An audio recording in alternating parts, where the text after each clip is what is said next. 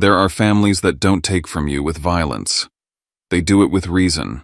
They sell what was left to one person, then call it sacrifice, call it family, and demand silence from the one who was robbed so everything still looks fine. And the cruelest part is when they hide behind a dying grandmother in hospice, turning the truth into a threat and the person who speaks up into the problem.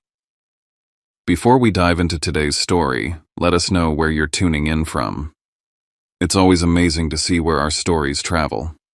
Don't forget to subscribe so you won't miss the next twist in this journey. Now I'd like you to hear what he's been carrying in his heart. There are families that don't take from you with violence.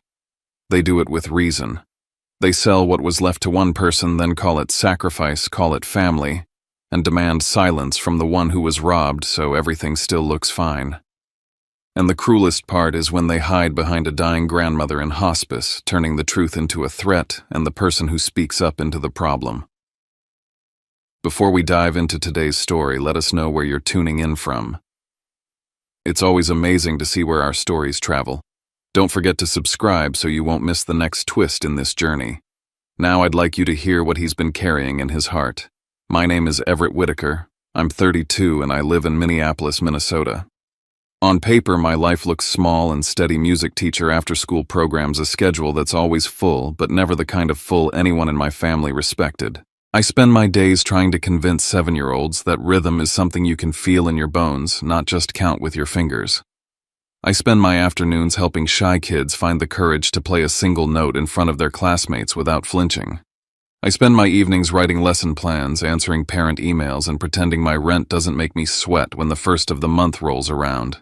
I've always been the one in the background, the one who claps when everyone else gets a spotlight, the one who keeps the peace by making myself smaller, except with my grandmother. With Grandma Loretta Beaumont, I was never invisible. Growing up, her house on Lake Minnetonka smelled like lavender and old wood and sheet music that had lived 100 lives. Her living room wasn't decorated like a museum. It was lived in, warm, and anchored by the antique piano that sat in the corner like it belonged there the way a heartbeat belongs in a chest. When I was 7, she sat me on that bench and placed my fingers on ivory keys that had been played by her hands long before mine ever existed. The first time I made a clean sound, she didn't clap like it was cute.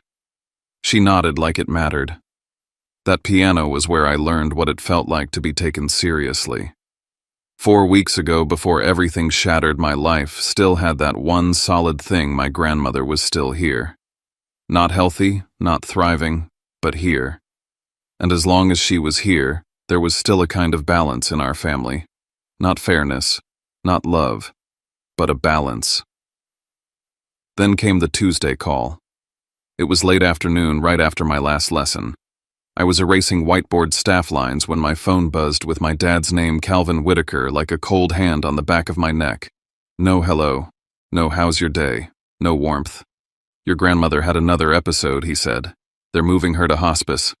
My chalk froze in my hand. She's stable, he added, like that was supposed to make it better.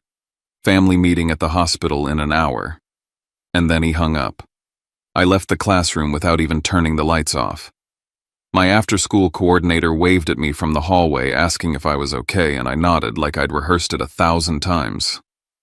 I drove to the hospital with my hands tight on the steering wheel, watching the sky turn that flat winter gray Minneapolis does so well, and thinking about the word hospice like it was a door locking behind us. By the time I got there, my family was already assembled. They weren't standing with red eyes or trembling hands. They were huddled in a corner of the waiting room like a board meeting that had accidentally been scheduled in a hospital. My father stood with his arms crossed, jaw set in that familiar way that meant he was controlling the narrative. My mother, Gwen, clutched her designer purse against her chest like it could protect her from anything real. And my sister, Delaney, 28, glossy, always somehow perfectly put together, was scrolling through her phone, not even pretending to look worried. When I approached, my dad didn't ask how I was holding up. He didn't say, "This must be hard." He said, "Good, you're here." Like I'd arrived to help move a couch. We need to divide responsibilities. He continued, already looking past me like he could see the future and it was inconvenient. "Your mother and I have the business." "Delaney?" He nodded toward my sister, who didn't bother lifting her eyes, is in a critical phase with Ryder's family. Ryder Ashby, Delaney's boyfriend of 8 months, the son of Hugh Ashby. My dad's most important business partner, the man my father name-dropped like it was a prayer. My father finally looked directly at me. "So Everett," he said, and I swear, the way he said my name sounded like a chore. "You'll handle the hospice visits." "Daily." I blinked. "Daily. Your schedule is flexible," he said. "Teachers don't exactly work overtime. That hit in that quiet way insults do when they're wrapped in a smile.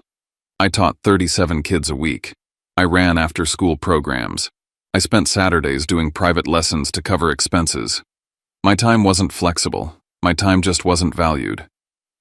I opened my mouth to say something, then closed it. Because that's what I always did. "Of course," I said softly. "I want to be with her anyway." "Perfect." My father's attention was already shifting away. "Just keep us updated if anything changes." As he turned, my mom leaned toward Delaney, her voice dropping low but not low enough. "At least he's useful for something," she said. My throat tightened, but I didn't turn around. Not because I didn't hear her. Because I'd heard versions of that line my whole life in different outfits. I'd learned the rules early: don't react, don't make a scene, don't give them the satisfaction of knowing they landed a hit. I walked down the hallway toward my grandmother's room with a calm face and a loud heartbeat. Grandma Loretta's hospice room was the only place in that hospital that didn't feel like a hospital. She had insisted on it. Lavender sachets sat in a little dish by the window. A stack of old books, actual paper books with worn spines, rested on the side table. She'd even made them move the harsh overhead light so she could keep the room softer. They try to make dying smell like antiseptic, she'd told me once, lips curling in disgust.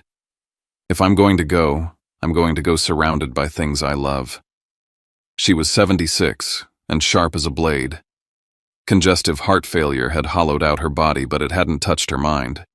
When I walked in, her eyes tracked me immediately, bright and clear. "Everett," she said, like my name was still something good. "You look like you ran here." "I kinda did," I admitted, pulling a chair up close.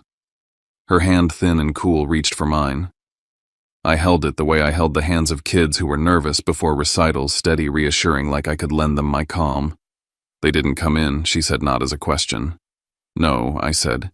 "They're out there." She gave a small, knowing hum that said she wasn't surprised. We talked for a while about nothing and everything. I told her about my students, about the little girl who finally played through a full scale without stopping, about the boy who kept insisting that Beethoven was secretly a rapper because of how dramatic his music sounded. Grandma laughed soft and raspy, like laughter still belonged in the world. Then as the conversation slowed, she squeezed my fingers. "I need you to know something," she said. My stomach dipped. "Okay." "The piano," she said, and her eyes sharpened. "The antique one. The one in the living room." I swallowed. "Yeah, it's yours," she said firmly, like she was signing a paper in the air. "I told your parents. I told them last month in front of everyone. That piano belongs to you." I remembered that dinner. My father's jaw tightening. My mother exchanging a look with Delaney. My sister rolling her eyes and murmuring something about old junk. "Grandma," I started, because it felt like too much, like I didn't deserve something that important. "I want to," she cut in, voice steady. "You understand what it is, what it means. You're the only one who ever treated it like more than furniture." My eyes burned. "I learned my first scales on that piano," I said quietly. "And you'll play your last ones on it too," she said, not grim, just matter of fact. "Promise me you'll take care of it." "I promise," I said, and I meant it with a seriousness that scared me. Her expression softened into something almost tender, but there was a thread of steel underneath. "There are some things more valuable than money, sweetheart," she murmured. "And some people only learn that lesson the hard way." I wanted to ask what she meant. I wanted to demand reassurance that my father wouldn't do something reckless. But her eyelids fluttered with fatigue, and I could see the effort it took for her to stay present. So I just held her hand and listened to the hum of the machines and the muted hospital noises outside the door, and tried not to imagine what hard way looked like in my family. When I finally left that night, my father and mother were already gone. Delaney's car was gone. The waiting room was empty, and I walked out into the cold Minneapolis evening with my grandmother's words lodged in my chest like a warning I didn't yet understand. I visited every day after that. After school, I drove to Hospice, traded the classroom smell of dry erase markers for lavender and old paper, and sat with Grandma Loretta until the evening nurses came in to do their rounds. Sometimes she slept, sometimes she talked. Sometimes we listened to music quietly on my phone and she corrected the pianist's phrasing like she was still sitting in a concert hall. My parents didn't come. Delaney came once for 15 minutes in a coat that looked too expensive for a hospice room. She kissed Grandma's forehead with the kind of distance you use for acquaintances, took a selfie in the hallway, and left before Grandma even opened her eyes. I tried not to let it turn into anger because anger felt pointless, but it left a sour taste in my mouth I couldn't rinse out. One evening, Grandma asked me to bring something from her house. "I want my photos," she said, voice low but firm, "from when I played. The albums from the top shelf of the den closet. The ones your grandfather used to organize for me." "You want them here?" I asked. "I want to see my life," she said, "not just my ending." I smiled and squeezed her hand.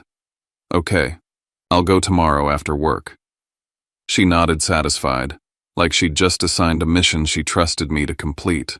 I still had a key. I'd always had a key. Grandma called it practical. My mother called it unnecessary. My father called it sentimental. The next day was a cold, rainy Thursday, one of those winter rains that feels like it can't decide if it wants to be snow. I drove out to Wayzata after school, the road curving toward Lake Minnetonka, the water a dark sheet under the gray sky.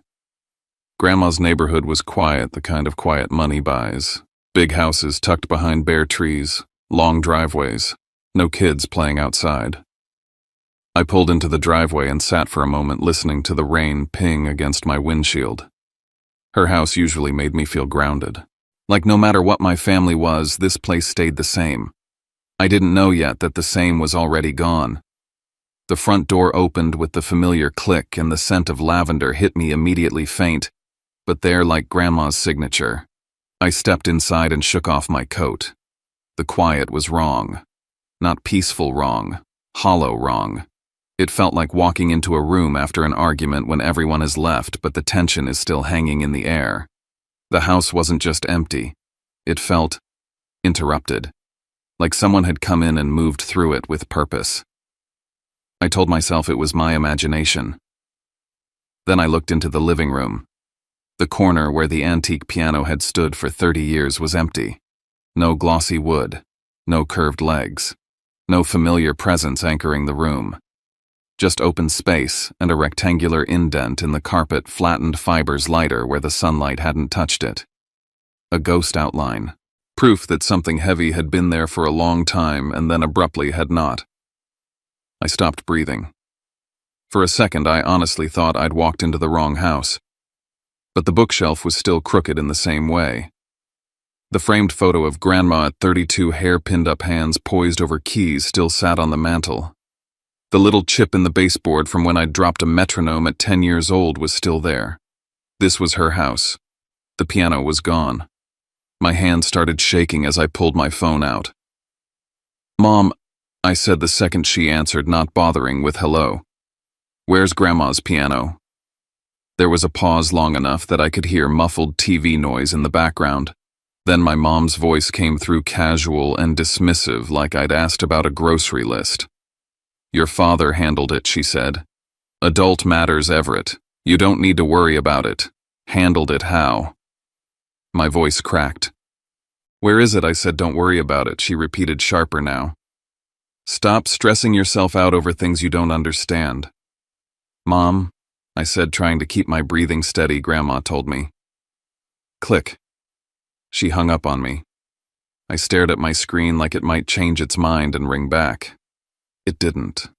I stood in that empty living room for what felt like a long time, the rain tapping the windows, thunder rolling faintly in the distance. My eyes kept going back to the carpet indent, like if I stared hard enough the piano might reappear. It didn't. I forced myself to move because Grandma had asked for photos and she was waiting. I walked through the house, passing the dining room table where we used to do Christmas cookies, the hallway where Grandma kept old concert posters, the den where she'd made me practice until my fingers hurt, always pushing, always believing I could do more. Everything looked almost normal. Almost. But there were small things that didn't sit right. A vase on the sideboard angled slightly differently. A stack of mail shifted. The kind of tiny changes you only notice when you know a place so well you could walk it with your eyes closed. Someone had been here. In the kitchen, I tossed my wet gloves into the trash without thinking, and my eye caught something torn and wedged under a coffee filter paper with printed text ripped in half like someone didn't want it read. I pulled it out, fingers damp, heart hammering. It wasn't enough to make sense of. Just fragments, numbers, partial words, the edge of what looked like a company name. But it had the feel of a receipt, a pickup, a transaction. Something official, not proof, but a trail. I tucked it into my coat pocket like it might bite me. Then I heard something outside, a low engine sound, distant but present. I moved to the window and pulled the curtain back just enough to see. A small box truck was turning down the street, moving away from the neighborhood. It could have been anything: delivery, maintenance, somebody's renovation crew. But my stomach dropped anyway because it felt too close to the truth. I grabbed the photo albums Grandma wanted, shoved them carefully into a tote bag, and locked the door behind me with hands that wouldn't stop trembling. In my car, I called my dad. It went to voicemail. I called again. This time he answered, and his tone was impatient right from the start. "What, Dad?" I said, gripping the steering wheel. "The piano is gone. Where is it?" A beat of silence. Then, like it was an inconvenience to even say, "We'll talk tonight." "Talk tonight," I echoed. "Grandma Everett." He snapped the first hint of anger. "Not on the phone. Tonight." And he hung up. I sat there in the driveway, rain sliding down the windshield in uneven lines, my breath fogging the glass. I didn't call Grandma. I didn't tell her what I'd seen. Not yet. Because the fear my mother planted in me the night before, "if you tell her and something happens, it's on you," was still living in my chest like a parasite. But another thought was growing, too quieter but sharper.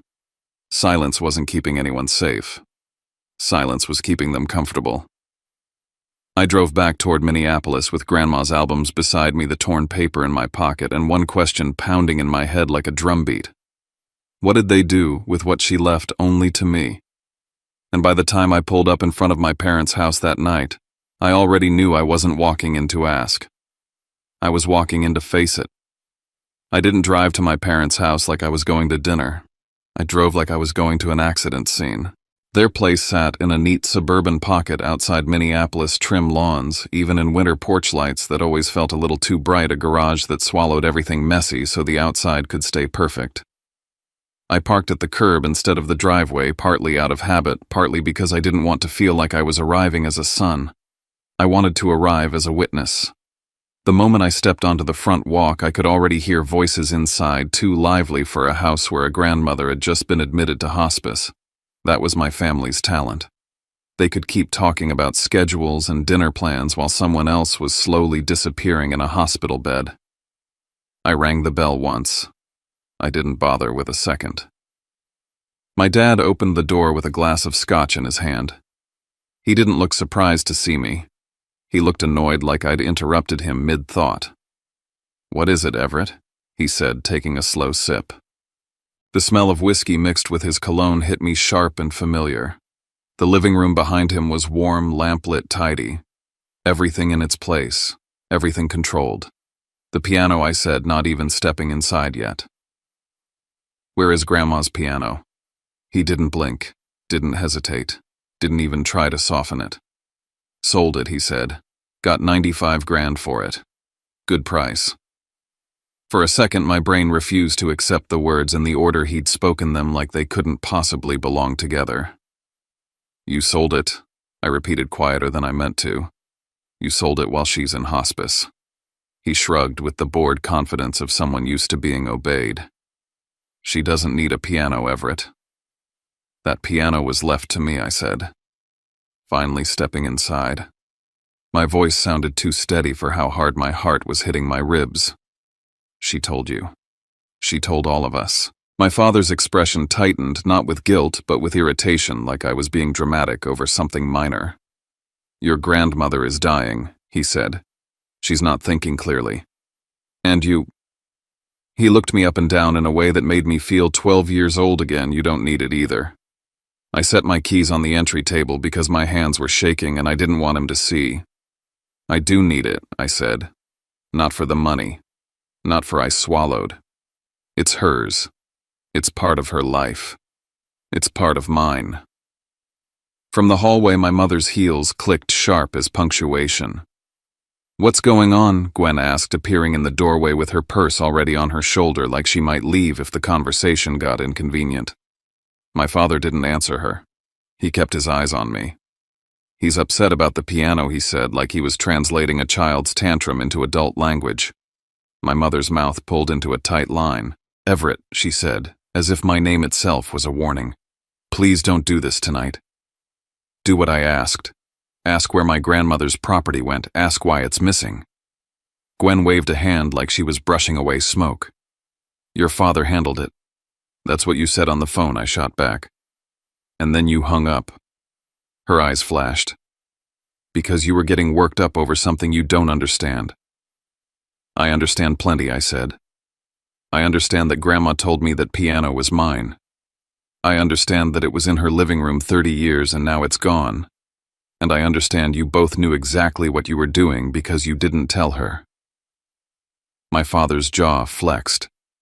Don't put words in our mouths. A light jingle came from the hallway behind him. Delaney. She appeared like she'd been waiting for her cue, holding a set of keys and swinging them lazily around her finger. She wore a smile that didn't reach her eyes, that polished, practiced smile she saved for moments when she knew she had an audience. Oh my God, she said, drawing out every syllable like I was exhausting. Are we doing this now? Where did the money go? I asked, because I already felt the answer coming. My father glanced at Delaney like he was proud. Mercedes, he said simply. Brand new. The room tilted. You bought her a car, I said, the words coming out flat, with Grandma's piano. Delaney's grin widened. She flicked the keys so they caught the light. Isn't it gorgeous? She said like she could see it in her mind already. I mean, it's not here yet, but it's basically mine. I stared at my father. Why, he exhaled like I was slow. Delaney needs to make the right impression. On who I asked, though I knew. The Ashbys, he said. Hugh's family has expectations. Ryder's mother is particular. This relationship matters. My mother stepped closer, her voice smooth now, the way it got when she wanted to sound reasonable in front of conflict. Delaney is building a future, she said. A real future, not what you're doing. I felt my cheeks burn. I'm a teacher. You teach children music classes, Gwen said, eyes sharp. You're not performing in concert halls. You don't have the space for an antique piano. You don't have the lifestyle. My father nodded like it was settled. Exactly. They weren't arguing about the piano. They were arguing about whether I deserved anything that wasn't scraps. And Grandma, I asked, voice low. What about what she wanted? She's on morphine half the time, my father said, dismissive. She won't even notice it's gone. My stomach turned. So you're counting on her being too sick to realize you stole from her? My mother's eyes narrowed. Don't use that word.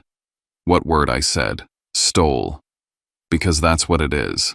Delaney gave a soft laugh and leaned against the wall like this was entertaining. Don't be jealous, Everett, she said, syrupy. It's not a good look. I didn't look at her. I couldn't. If I met her eyes, I might say something I couldn't take back. Instead, I looked at my father. Does Grandma know? I asked. The air changed. Silence isn't always quiet. Sometimes it's loud enough to ring. My father didn't answer. My mother didn't answer. Delaney's smile faltered just a fraction before she recovered. Why would we tell her? Gwen said finally, and the softness in her voice was gone now. She's dying. She doesn't need stress. You mean you don't want her to know, I said. My mother stepped closer until she was in my space, close enough that I could smell her perfume, the same one she wore to business dinners and charity events. Everett, she said low and sharp, if you tell her, and it upsets her if her heart can't handle it, then whatever happens next will be on you. I stared at her, not sure I'd heard correctly. She kept going the way she always did when she sensed weakness. Do you want to be the reason your grandmother dies faster? Do you want that guilt? Because you won't put it on us? You'll carry it. My throat tightened, but it wasn't fear that rose in me first. It was fury. Not the loud kind. The kind that goes cold. You're really doing this, I said, voice steady. You're really trying to make me responsible for your choices. My father lifted his glass again like the conversation bored him. We did what was best. Best for Delaney. Best for appearances. Best for the Ashbys. Not best for Grandma. Not best for me. Not best for truth. I took a breath slow and controlled the way I taught my students to breathe before a recital so their hands wouldn't shake. Grandma has a right to know what happened to her property, I said. And I'm not going to lie to her. My mother's eyes widened, alarm flashing across her face. Everett. I'm not doing this with you, I said, stepping back toward the door. Not anymore. Delaney scoffed behind me. So dramatic. I didn't turn around. I walked out into the cold night air, my lungs burning like I'd been holding my breath for years. I drove back to my apartment with my jaw clenched so tight it ached. My place wasn't much one-bedroom, second-hand furniture, a small keyboard tucked against the wall, because a real piano didn't fit, and I couldn't afford one anyway. My parents loved to point that out like my living space was a moral failure. I didn't even take my coat off. I sat down on my couch and stared at the framed photo on my bookshelf. Grandma Loretta at a younger age, hands poised over the antique piano, her face lit from within like she was exactly where she belonged. Gwen's words circled my head like poison. If you tell her and something happens, it's on you. I tried to imagine walking into hospice and saying, they sold your piano. They used the money to buy Delaney a car. I tried to picture Grandma's face, changing her breathing, hitching her heart, struggling. My chest tightened. And then I heard Grandma's voice from years ago when I was 12 and terrified to admit I'd failed a math test. Truth can hurt, sweetheart, she'd said, but lies rot you from the inside.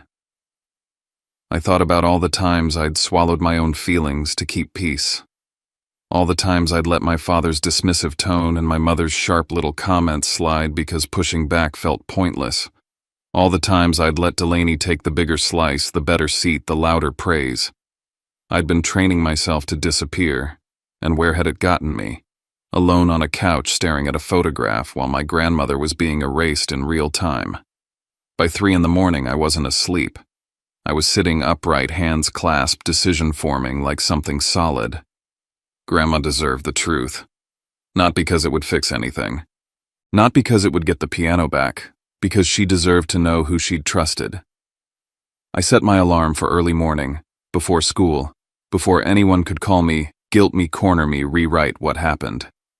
I was going to hospice. I was going to tell her everything. The roads were almost empty at 6:30. Minneapolis in the early morning has a stillness that feels sacred when you're not the one carrying something heavy.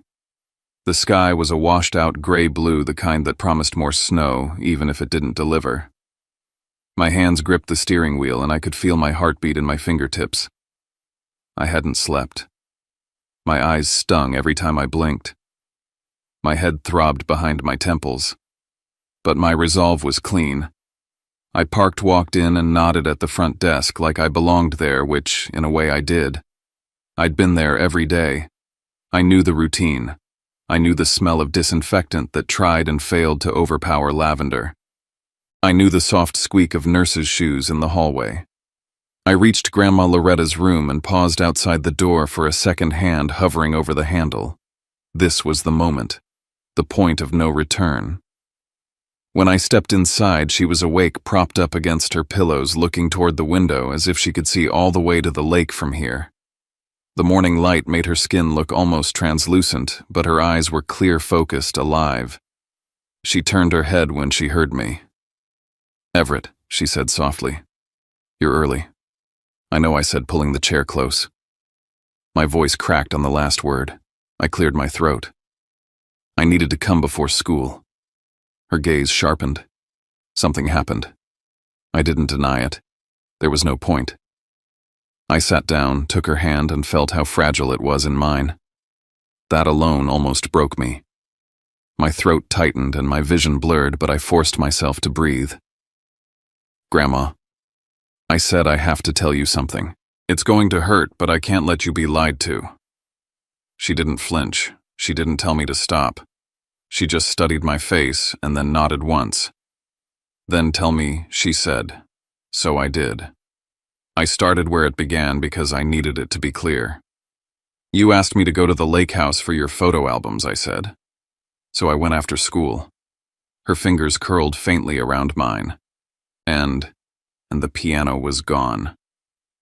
I said the words, feeling surreal even now. The corner was empty. There was an indent in the carpet where it's been sitting for years, like it was ripped out.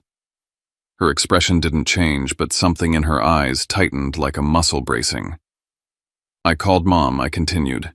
"She said Dad handled it. She told me not to worry." Then she hung up. Grandma's mouth pressed into a thin line. "Of course." "I went to their house," I said. My voice steadied as the truth rolled out.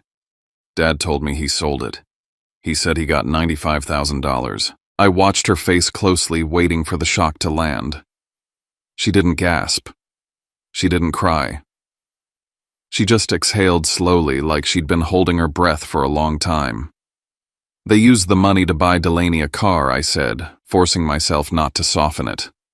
"A Mercedes. They said it so she can make the right impression with the Ashbys." Grandma's eyes flickered anger maybe, or disappointment, but contained controlled. I kept going because I had to. "They said you don't need a piano anymore," I said. "They said I don't either. Mom said I teach children, so it's not like I'm a real performer." Grandma's fingers tightened around mine just slightly, and when I asked if you knew, I said, my voice dropping, they went silent. "They're keeping it from you." Her gaze stayed on me, unwavering. "I told them you had a right to know," I said. "And then Mom..." I swallowed hard. "Mom told me that if I told you and it upset you if something happened, then it would be my fault. She said I'd be responsible." For the first time, Grandma's expression shifted. Not into sadness, into something cold, not cruel, just clear. "Thank you for telling me," she said, and her voice was so calm it made my skin prickle. You're not..." I couldn't finish the sentence. "You're not shocked, you're not broken, you're not falling apart." Grandma Loretta looked out the window again, then back at me. "I know my son," she said quietly. "I've known him for a long time." A beat passed. My chest felt tight, like the room had gotten smaller. "I kept hoping he'd become someone better," she continued. "But hope doesn't replace preparation." I blinked. "Preparation?" She didn't answer immediately. Instead, she shifted slightly, wincing at the effort, and nodded toward the bedside table. "Hand me my phone," she said. I hesitated. "Grandma, please," she said, still calm, but there was steel in it. I picked up her phone and placed it in her hand. Her fingers moved with surprising certainty as she unlocked it and scrolled through her contacts. She stopped on a name and pressed call. She tapped the speaker icon, then held the phone between us. It rang once, twice, 3 times. A man's voice came through, low, professional, familiar, in the way older attorneys sound when they've spent decades speaking in rooms where words matter. "Loretta," he said. "How are you feeling?" "I'm dying," Miles' grandma replied, blunt as ever. "But I'm clear-headed, and it's time." A pause. I could hear paper shifting on the other end, like he'd sat up straighter. "I understand," Miles said. "Tell me when." "Sunday," Grandma said. "Gwen's birthday party. At my house in Wayzata." Another beat. "I'll be there," Miles said. "I'll prepare everything." "Good," Grandma said, and then her voice sharpened just slightly. Not with anger. With certainty. It's time for them to meet my attorney. The words hung in the air.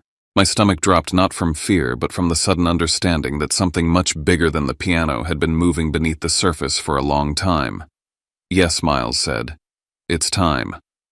Grandma ended the call and set the phone down carefully like it was a chess piece placed exactly where it needed to be. I stared at her, my mouth slightly open. Grandma. Who is that Miles Wexler, she said. He's been my attorney for a long time. You have your own attorney, I said, still trying to catch up, and Dad doesn't. He assumes he knows everything about me. She said, a faint, tired smile tugging at her mouth. That's always been his weakness. My pulse hammered. What's going to happen on Sunday? Grandma looked at me, and for a moment I saw the full force of who she'd been before illness, the woman who had walked onto stages and owned them. On Sunday, she said softly, we're going to put truth back where it belongs. I swallowed. What do you need me to do? She reached for my hand again, and her grip, though weak, was certain. Come to the party, she said. Dress nicely. Not to impress anyone, just to remind yourself you don't have to shrink. I nodded, throat tight. And bring your patients, she added. There will be a lot of noise. Let it happen. Let people show who they are. Don't rush to rescue anyone from consequences. I barely breathed. You've been planning this. Her eyes flickered with something that looked like regret. I've been watching, she said, for years. She leaned back against the pillows, suddenly more tired, but her voice stayed steady. Your parents thought I was too sick to find out, she murmured. They thought you were too quiet to tell me. She looked at me the way she used to when I got through a difficult piece for the first time. They were wrong, she said. I sat with her until the nurse came in and adjusted her IV. I kissed her forehead before I left, my heart a storm I couldn't calm. As I stepped into the hallway, Trish, the nurse on duty, caught my eye. She didn't smile the way nurses do when they're trying to be comforting. She looked serious. Everett, she said quietly, glancing down the hall as if making sure we weren't being overheard. Can I tell you something? Yeah, I said, my voice hoarse. She lowered her voice even more. Your parents have been asking a lot of questions lately. About paperwork. About who can sign what. About whether your grandmother is fully aware. My stomach clenched. Why would they? Trish's expression said she'd seen this story before. People get nervous when there's money involved, she said gently. I just thought you should know. I nodded, my chest tightening with a new kind of fear. The piano wasn't the end. It was just the first thing they did out loud. I walked out into the morning cold and sat in my car for a long moment, hands on the steering wheel, staring straight ahead. Sunday was coming. And for the first time in my life, I wasn't bracing myself to be hurt. I was bracing myself to watch the truth finally take up space. Miles Wexler texted me the address before I even made it to my car that morning. No long explanation, no comforting language. Just a pin on a map and a time. St. Paul, 1:30 p.m. Bring any documents you have. I stared at the message while the school parking lot filled with the usual chaos, parents idling in SUVs, kids dragging backpacks too big for their bodies. The faint sound of a trumpet warming up somewhere in the building. Everything around me looked normal, and I felt like I was standing on a fault line.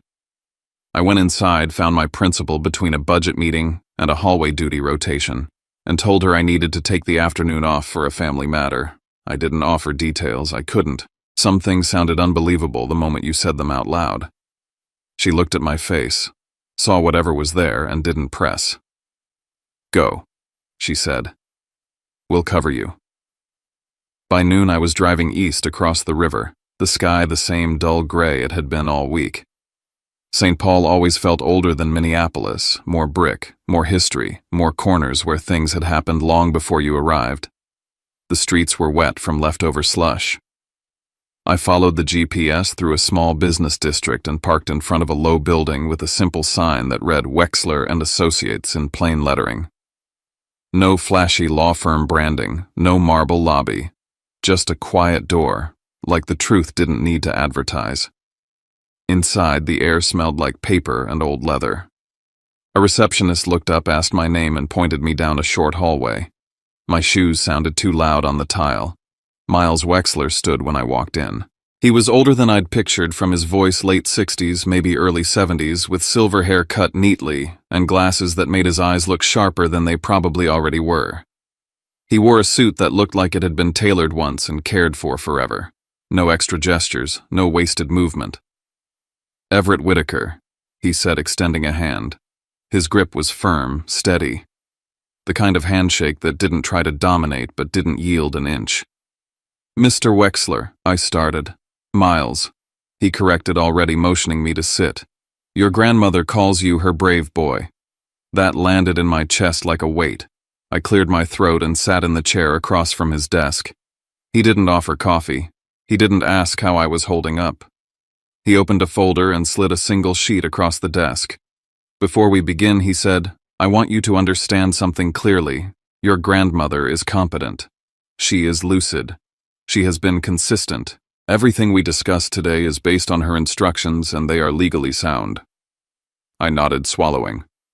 "My parents keep saying morphine. They keep saying they say that because it serves them." Miles cut in, calm as stone. "Not because it's true." He watched me for a moment, as if measuring whether I could handle what came next.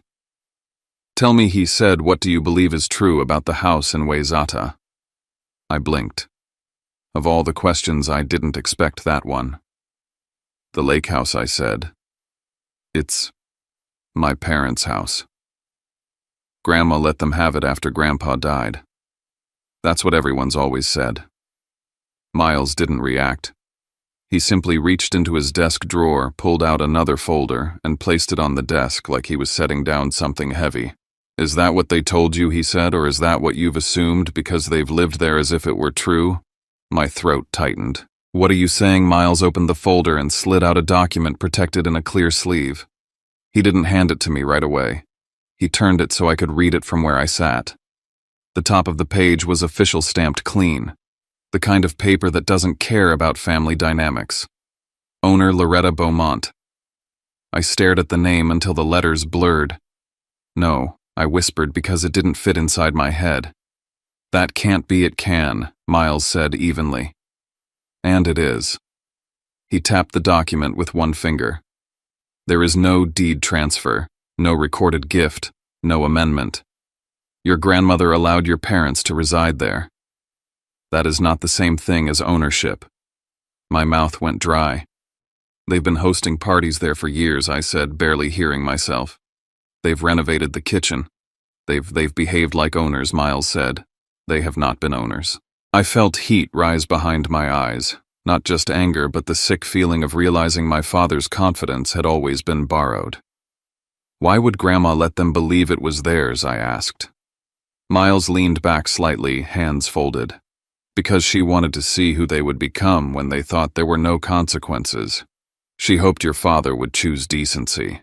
She prepared for the possibility that he would not." I stared at the deed again. My father standing in that living room holding court. My mother treating every room like a showroom. Delaney posing in front of the lake like she'd been born entitled to it. All of it built on something that wasn't legally theirs. Miles watched my face carefully. "Do you understand why your grandmother chose Sunday?" "The birthday party," I said, voice hoarse. "Among other things," Miles replied. "Your father has leveraged that address socially. He has used it as proof of stability and success. If he has referenced it in business contexts, informally or otherwise, that can create risk for him. Real risk." The word risk sounded too mild for what I was feeling. "You mean, if he used it to impress partners," I started. "If he represented it as an asset he controlled." Miles said, "That matters. It changes how people view him. It changes how they trust him. And once those people learn he has been living in someone else's house while implying otherwise." Miles let the sentence end on its own. I swallowed hard, imagining Hugh Ashby's face if he ever learned the truth. The man my father treated like a kingmaker. The man Delaney was trying to charm her way into. Miles turned a page in the folder. "Now," he said, "the house is only one portion of this." He slid a thick set of papers toward me. 5 years ago, your grandmother established a trust independent of any will your family has discussed. The word trust hit me like a second door opening. She did what I asked. She created a legal structure that removed her most significant assets from casual interference, Miles said.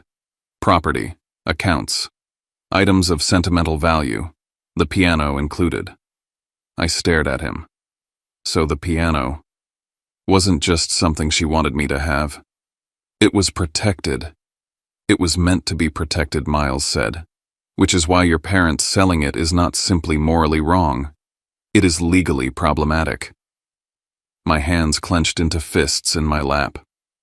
Miles's voice remained level, but there was a sharpness underneath it now, like a blade kept in a sheath. When families attempt to take control of an estate unlawfully, they often follow a familiar playbook. They create a story that the elder is confused. They push for signatures. They look for power of attorney changes. They position themselves as helpers while quietly taking over. My spine went cold. Trish's warning echoed in my head. Paperwork. Signing.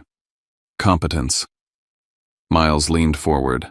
Has your family referenced morphine confusion forgetfulness in a way that felt rehearsed? I didn't even need to think. Yes, I said. My dad said she isn't thinking clearly. My mom said she doesn't need to know stressful things. They keep saying she's not in a condition to make decisions. Miles nodded once as if checking a box. Then we proceed carefully, he said. Your grandmother understands this. She asked me to meet you for a reason. He slid a smaller envelope across the desk. This is not the only copy, but I want you to have it. If anyone attempts to corner you, intimidate you, or manipulate you into signing something, you will call me first. Do you understand? I stared at the envelope like it was a lifeline. Yes. Miles's gaze softened just slightly. You are not responsible for your parents' behavior, he said. Your mother's attempt to put your grandmother's health on your conscience is emotional coercion. It is common. It is effective. It is also wrong. My throat tightened. I nodded, unable to speak for a moment. Miles stood signaling the meeting was over in the same way he'd begun it, cleanly, decisively. One more thing, he said. Sunday will be unpleasant. But unpleasant is not the same as unsafe. Your job is not to argue. Your job is to be present. Your grandmother wants witnesses. I drove back to Minneapolis feeling like I'd been walking around my whole life with a blindfold I didn't know was there. When I got home, my apartment felt even smaller. I tossed my keys onto the counter, dropped my coat over a chair, and stared at the corner where my keyboard sat like a substitute for something real. I thought about the box Grandma had given me years ago, old programs, photos, little keepsakes she'd saved, like she was making sure I'd have pieces of her even if I lost the rest of the family. I'd never gone through it carefully. It felt too intimate, like reading her diary. But Miles's words pushed me toward it. Competence, signatures, control. I pulled the box out from the top shelf of my closet and set it on the floor. Dust puffed up when I opened it.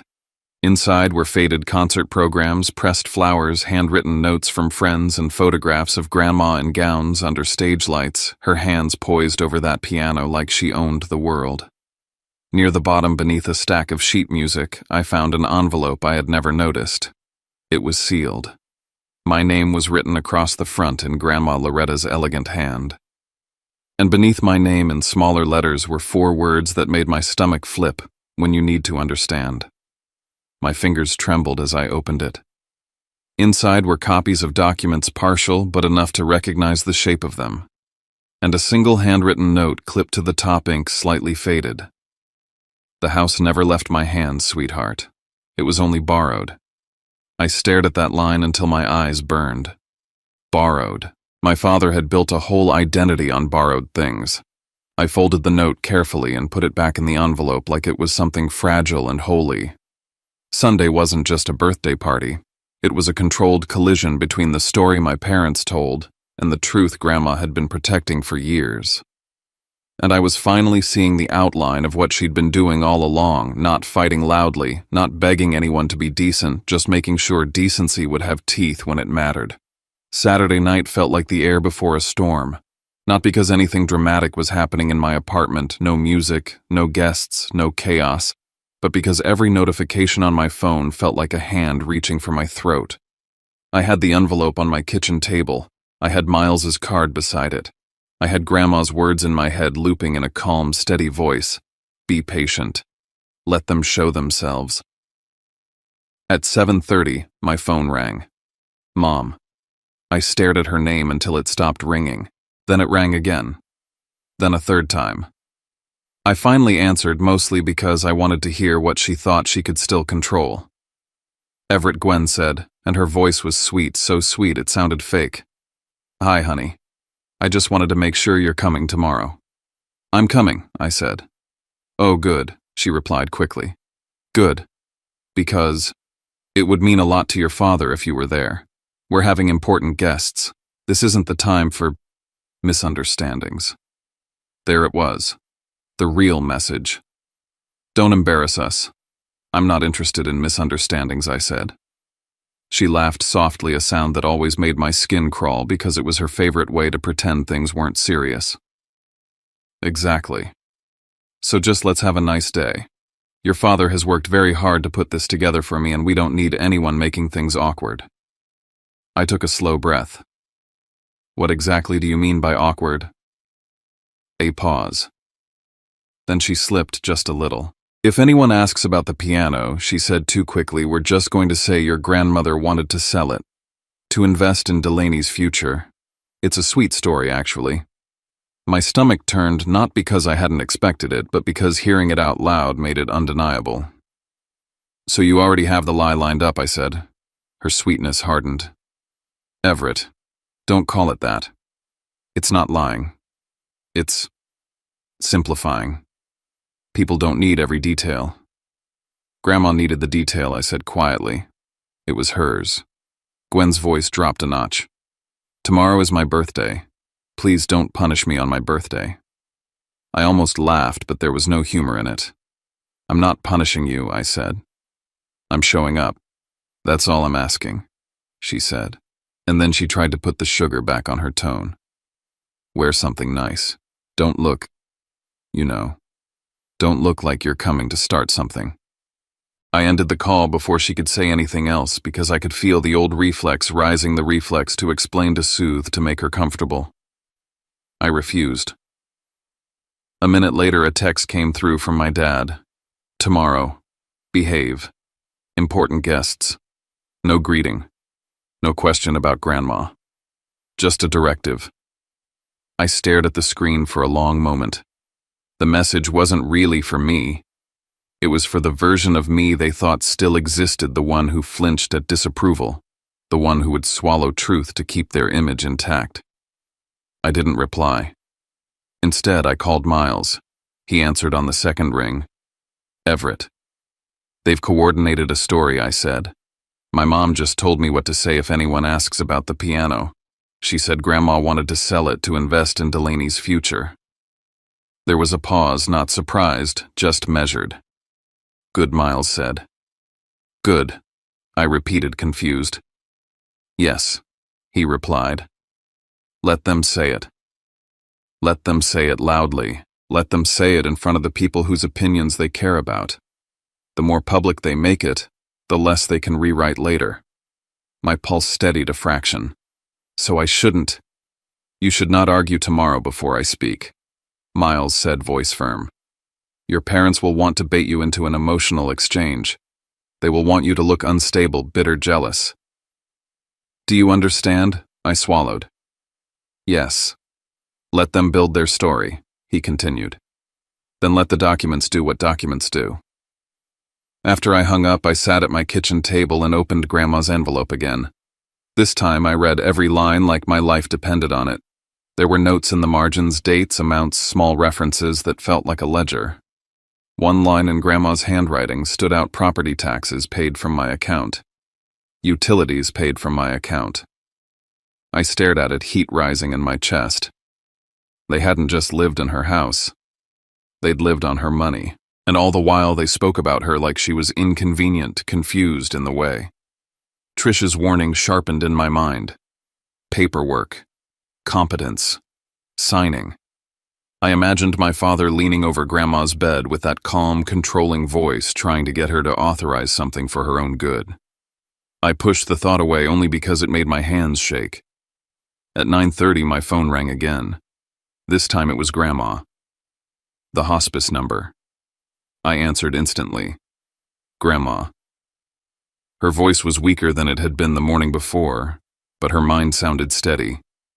"Hi, sweetheart. Are you okay?" I asked, and I hated how small my voice sounded.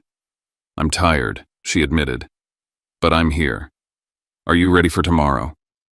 I swallowed. "I'm trying to be." She breathed in slowly, then out. "Your father sold that piano once already in his head," she said, "long before he moved it. At that dinner last month, he talked about it like it was his decision. He told people he would take care of it." I clenched my jaw. I remember. "He announced it like he owned it," she continued, and her voice held a quiet anger now. "And he assumed I was too weak to stop him. He assumed you were too quiet to matter." My chest tightened. "I should have." "No," she cut in gently. "You did exactly what you needed to do. You told me the truth. That's the only thing you control." I stared at the dark window in my kitchen, my reflection faint in the glass. "Why tomorrow?" I asked, though I already knew part of it. "Why your house? Why my mom's birthday?" "Because your mother loves an audience," Grandma said simply. "And your father loves witnesses when he thinks they're on his side. Tomorrow there will be people who matter to them. People they can't easily dismiss afterward. People who will remember." Her voice softened. "This isn't about humiliation. It's about protection. After I'm gone, I need you protected. I need the truth anchored somewhere outside their mouths." I blinked hard, fighting the burn behind my eyes. "I don't want to hurt you," I whispered. "I don't want this to make you." "It won't," she said, steady again. "The hurt already happened. We're just naming it."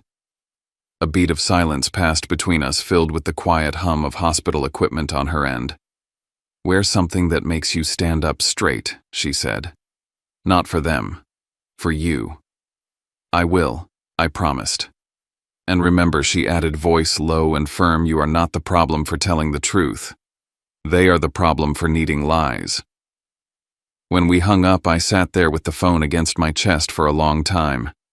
Then I went to my closet. I didn't have anything expensive, no designer suit, no flashy watch. But I picked the cleanest, sharpest version of myself, dark slacks, a crisp button-down, a simple coat. The kind of outfit that said I was an adult who belonged in the room, not a child to be dismissed. I laid it out carefully on the chair like I was preparing for a recital where the stakes weren't notes and applause but my entire identity. Before bed, I stared at my dad's text again. Behave. Important guests. For years, behave had meant stay quiet. Don't contradict. Don't embarrass us. Now it meant something else. It meant don't let them drag you back into the role you've outgrown. I turned my phone face down, switched off the lamp, and lay in the dark, listening to the building's pipes creak. I didn't sleep much. But I didn't waver either, because I finally understood what my mother's message really was when she said, "Don't make the family look bad." She wasn't asking for peace. She was asking for permission to keep lying. And tomorrow, in Grandma's house by the lake, with their guests watching and their stories ready, they were going to find out what happens when a lie meets paper and ink and a woman who planned ahead. I closed my eyes and made myself one final promise: I wouldn't argue. I wouldn't beg. I would simply stand there and let the truth speak in the room they believed they owned. I parked 2 streets away from the house and sat there longer than I needed to. The sun was out, but it was weak, the kind of winter light that doesn't warm anything, just makes the cold more visible. Bare branches rattled in the wind coming off Lake Minnetonka, and for a moment I watched them sway, counting my breaths like I was about to walk onto a stage. When I finally stepped out of the car, I didn't feel like I was arriving at my parents' home. I felt like I was entering someone else's set. The house in Wayzata looked exactly as it always had. Immaculate siding wide windows facing the lake, the front door polished like it expected admiration. For years, I'd walked up those steps thinking this place belonged to my parents.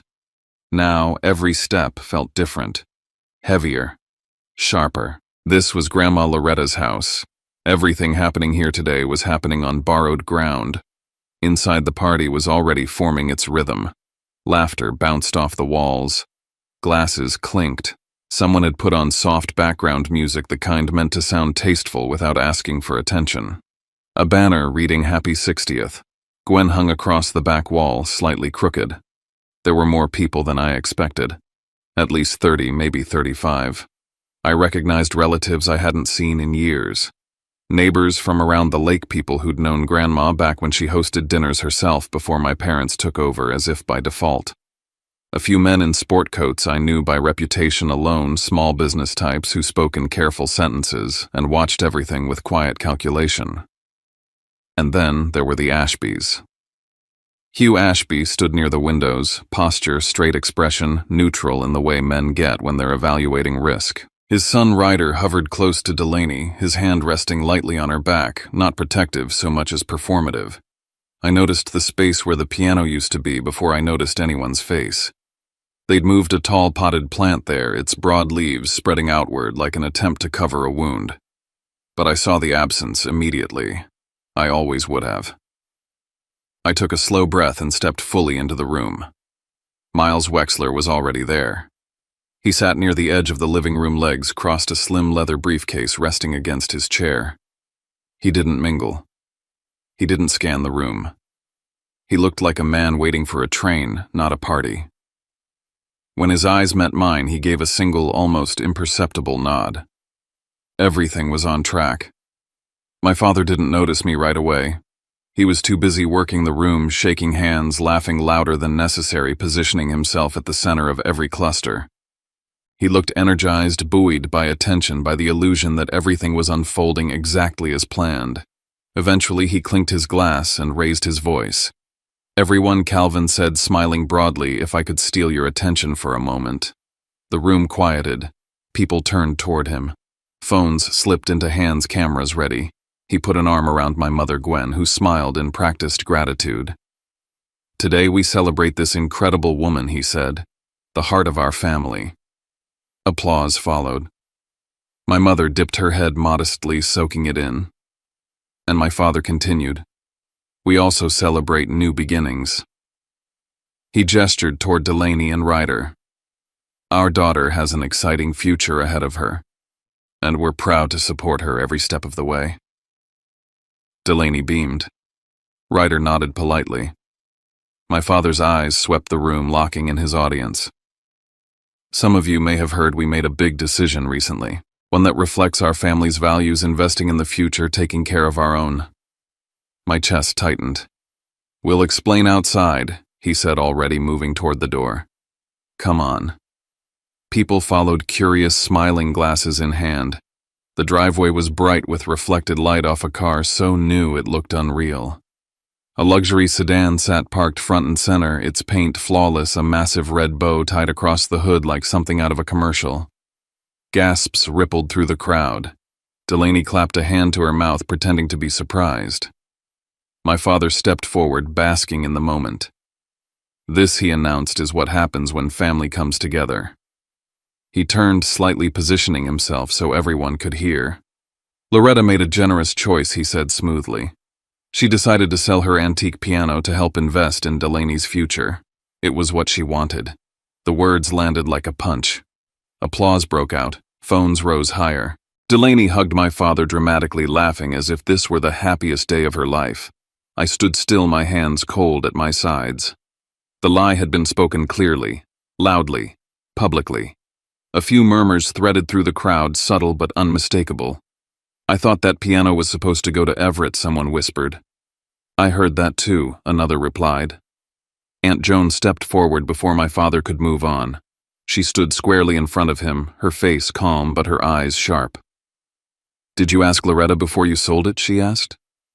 My father didn't miss a beat. "She's in hospice, Joan. She's not in a position to make decisions like that." Joan's jaw tightened. "She's been perfectly clear with me every time I've visited." "She's confused," my father said quickly. The medication. She's not confused, Joan said flatly. You didn't ask her. The air shifted. Hugh Ashby straightened slightly, his gaze sharpening. Before my father could respond, Miles stood. He didn't raise his voice. He didn't rush. He simply stepped forward, opened his briefcase, and spoke with the authority of someone who knew exactly why he was there. My name is Miles Wexler, he said. I've been Loretta Beaumont's attorney for over 30 years. Every conversation around us stilled. I met with her this morning, he continued, in the presence of her nurse. She is mentally competent, fully aware, and she asked me to address a matter of urgency. My father's smile faltered. I apologize for interrupting a celebration, Miles said, his tone polite but firm. But misinformation has just been presented as fact, and it requires correction. He placed a document on the outdoor table where everyone could see it. This property, Miles said, tapping the paper, has never been transferred out of Loretta Beaumont's ownership. A murmur swept through the crowd. For clarity, he added, this house does not belong to Calvin or Gwen Whitaker. It belongs to Loretta Beaumont. Always has. My mother's face drained of color. My father opened his mouth. That's not you have resided here with permission, Miles said calmly. That is not the same as ownership. Hugh Ashby took a small step back. Miles continued unfazed. Furthermore, expenses associated with this property, including taxes and utilities, have been paid from Loretta Beaumont's accounts. Not yours. People exchanged looks now. This wasn't gossip anymore. This was structure collapsing. And Miles said, lifting a second set of papers, 5 years ago, Loretta Beaumont established a trust. The word fell like a dropped glass. This trust includes this property, multiple financial accounts, and personal items of significance, Miles said, including the antique piano that was recently sold. He paused, letting that sink in. The sole beneficiary of this trust, he said, turning slightly, is Everett Whitaker. Silence. Complete heavy silence. Delaney's breath hitched. That's not true, she said too loudly. She's not in her right mind. My nurse can attest otherwise, Miles replied, nodding toward Trish, who stood near the doorway, her expression steady. As can I. And because the piano belonged to the trust, Miles continued, its sale was unauthorized. The proceeds, $95,000, must be returned to the trust. My father's voice cracked. We don't have that money. Miles glanced toward the car, still gleaming behind the bow. Then the asset purchased with those funds must be addressed. Delaney let out a sharp sob. The bow suddenly looked ridiculous, obscene. My father turned on me. You did this, he said, pointing. You manipulated her. My mother joined in, mascara streaking. You're jealous. You couldn't stand seeing your sister happy. I stepped forward. My voice didn't shake. I told Grandma the truth, I said, because it was hers to know. I looked around the circle of faces. The trust was created 5 years ago, long before this. None of this started with me. Then I said what I'd never said out loud before.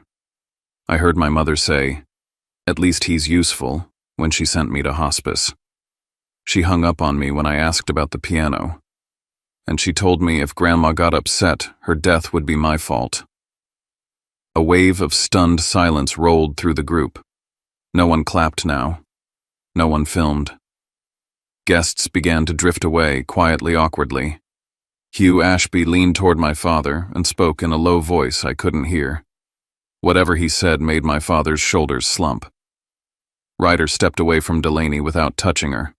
The party collapsed in on itself. The banner sagged. The cake sat untouched. Miles came to stand beside me. We can formalize everything now, he said quietly. You have the right.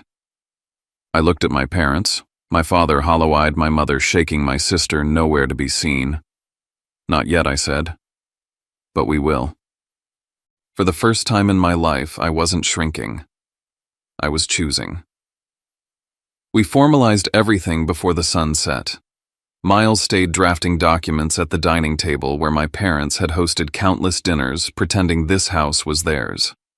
Aunt Joan remained as a witness along with two neighbors who had seen enough to understand the weight of what they were signing. The agreement was clear. The $95,000 would be returned to the trust on a structured schedule. I allowed more time than the law required, not out of mercy but out of control. The house would remain occupied temporarily under a written lease. No ownership claims. A defined end date. No more ambiguity. My parents signed without looking at me. The following weeks were quiet in a way that felt heavy, not peaceful. Calls stopped coming in for my father. Meetings were canceled. Conversations grew shorter. I heard through the grapevine that Hugh Ashby had withdrawn from a joint project. Someone had said, if he'd misrepresented something that basic, what else isn't true?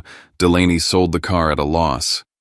Ryder ended things quickly, cleanly, the way people do when they're protecting their own. I didn't celebrate.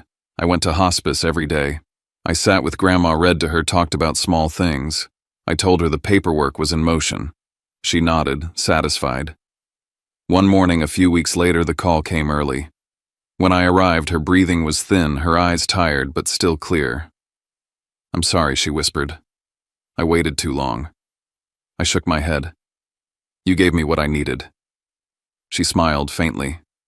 "You learned to stand." She passed with my hand in hers. The funeral was small, simple, just as she'd wanted. I played a Chopin nocturne on the church piano. It wasn't her antique, but the music held her just the same. Months later, I moved into the house by the lake. I cleared the corner where the piano had once stood. I placed a new instrument there, not a replica, not a replacement, just a beginning. The house breathed differently without lies inside it. My parents moved out early. They couldn't stay where truth echoed off every wall. One evening much later, Delaney called. She told me she was working an entry-level job, taking the bus, seeing a therapist. "I'm trying," she said. "I can listen," I replied. "But trust takes time." When I hang up now, I sit at the piano and look out over the water. The antique is gone. But what Grandma left me was never wood and keys. It was a life built without silence. When a family story like this ends, it rarely feels clean. It feels quiet. The way a room sounds after the music stops when you can finally hear your own breathing again. And maybe that's the real point. Sometimes we don't lose what we thought we were losing. We lose the version of ourselves that stayed small just to keep everyone else comfortable. If there's anything this journey leaves with us, it's this: love doesn't have to mean silence. Boundaries don't have to be cruel. We can tell the truth with steady hands without turning it into a weapon, and still choose compassion even for people who never chose it for us. If this story touched something in you and you feel like sharing, tell me in the comments where you're listening from. And if you've ever had to set a boundary with family, what was the hardest part? And if you'd like to stay with us for more stories like this, you can subscribe, not as a button to press, but as a way to join a corner of the internet where we listen, we breathe, and we heal together. Thanks for spending these minutes with us. Take care of yourself, and I'll see you in the next story.